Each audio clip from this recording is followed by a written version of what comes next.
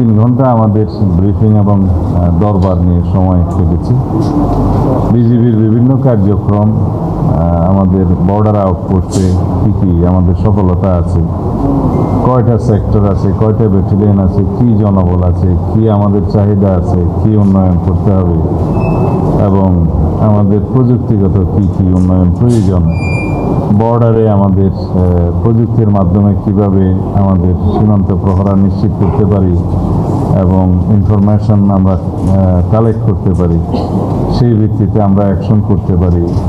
যেহেতু আমাদের বিভিন্ন রকমের অ্যাক্টিভিটিস আছে বিজিবির, যেমন সীমান্ত প্রহরার বাইরেও মাদকদ্রব্য নিয়ন্ত্রণ এবং মাদকদ্রব্য যাতে দেশে প্রবেশ না করতে পারে বা করলেও আমরা যাতে এটা ধরতে পারি, সেই বিষয়ে বিজিবির একটা বিশাল ভূমিকা আছে। তাছাড়া আমাদের বিজিবির যে ডগ স্কোয়াড আছে সেটাকে কীভাবে আমরা কাজে লাগাতে পারি, আজকেই আমরা সিদ্ধান্ত নিয়েছি যে মাদকদ্রব্য নিয়ন্ত্রণের যে আইনটা আমরা পাশ করেছি, খুব আধুনিক এবং শক্তিশালী আইন, সেখানে ডগ স্কোয়াডের আমরা বিধান রেখেছি। কিন্তু ডগ স্কোয়াড তো রাতারাতি রেজিস করা যায় না, প্রশিক্ষণ করা যায় না, তার আগ পর্যন্ত আমরা বিজিবির কাছ থেকে সেই সহায়তাটা নেব, সেই সিদ্ধান্তটা আমরা আজকে নিয়েছি। আর বিজিবিকে আরও স্ট্রেনথেন করার জন্য বিজিবির জনবল বৃদ্ধি, আমাদের যানবাহন, বিভিন্ন ইকুইপমেন্টস সংগ্রহ করা, অস্ত্র সংগ্রহ করা, এগুলোর বিষয়ে আমরা বিভিন্ন সিদ্ধান্ত নিয়েছি যে এগুলো বিজিবিকে আরও শক্তিশালী করবে এবং ইনেট টু সিভিল পাওয়ারের যে কার্যক্রমটা বিজিবির করে থাকে সেই কার্যক্রমটাকে আমরা আরও বৃদ্ধি করার জন্য এবং শক্তিশালী করার জন্য বিভিন্ন রকমের সিদ্ধান্ত নিয়েছি। বিশেষ করে দুর্যোগ মোকাবিলায় বিগত কয়েকদিন আগে সাম্প্রতিক যে বন্যায় বিজিবি যে ইনেট টু সিভিল পাওয়ার সহযোগে স্বতঃস্ফূর্তভাবে তারা যে কার্যক্রম করেছে এবং ড্রোনের মাধ্যমে যারা ত্রাণ সামগ্রী যেখানে পৌঁছানো সম্ভব নয় সেখানে পৌঁছিয়েছে আর উদ্ধার কার্যক্রমে অংশগ্রহণ করেছে, সেটা খুবই প্রশংসিত হয়েছে দেশব্যাপী।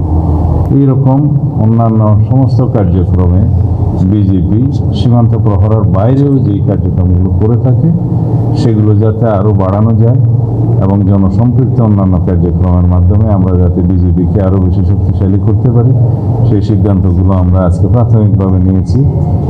আর যেখানে যেখানে আর্থিক সংশ্লেষ আছে উন্নয়নের জন্য বিজিবির যেটা অফিসিয়াল ক্যাপাসিটি বাড়ানোর জন্য, প্রশাসনিক ভবন নির্মাণের জন্য, আর স্বাস্থ্যসেবার দিকে হাসপাতালের শক্তি বৃদ্ধির জন্য এবং চিকিৎসক নিয়োগের ক্ষেত্রে, নার্সেস নিয়োগের ক্ষেত্রে বিভিন্ন বিষয় আজকে আমরা জানতে পেরেছি, যেগুলো সরকারের বিভিন্ন পর্যায়ে পেন্ডিং আছে, বিভিন্ন মন্ত্রণালয়ে, স্বাস্থ্য মন্ত্রণালয়ে, অর্থ মন্ত্রণালয়ে, সেগুলো আমরা পার্সু করে দ্রুততার সাথে এগুলো নিষ্পত্তি করবো বলে আজকে আমরা অনেক বিষয়ে সিদ্ধান্ত নিতে পেরেছি। ল্যান্ডমাইন ডিটেকশনের জন্য আমরা কিছু যন্ত্রপাতি, মাইন খুঁজে বের করার জন্য মাইন ডিটেকশনের জন্য যে যন্ত্রপাতিগুলো আমরা সংগ্রহ করি ইতিমধ্যে বিজেপির কাছে আমরা দিয়েছি, বিজেপির সদস্যরা সেটা কাজ করছে যাতে মাইন দুর্ঘটনা না হয়।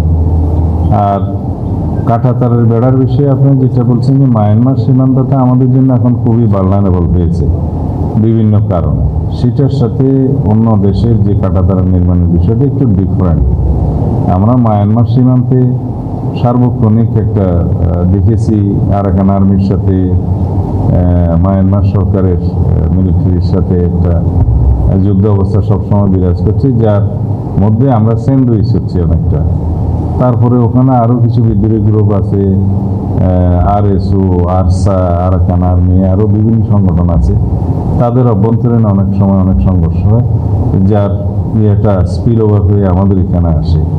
তো যার কারণে মাদক চোরা চালান, তারপরে এই অস্থিতিশীল অবস্থা এবং অনেক সময় ওখান থেকে যে গোলাগুলির কারণে আমাদের নাগরিকরা মৃত্যুবরণ করছে। সেই জন্য এগুলো সব অ্যাড্রেস করার জন্য আমরা এখনও পুরোপুরি ফাইনাল সিদ্ধান্তে যাইনি, তবে আমাদের প্রস্তাব আছে যে আমরা সেখানে কাঁটাতারের বেড়া নির্মাণ করতে চাই 109 কিলোমিটার।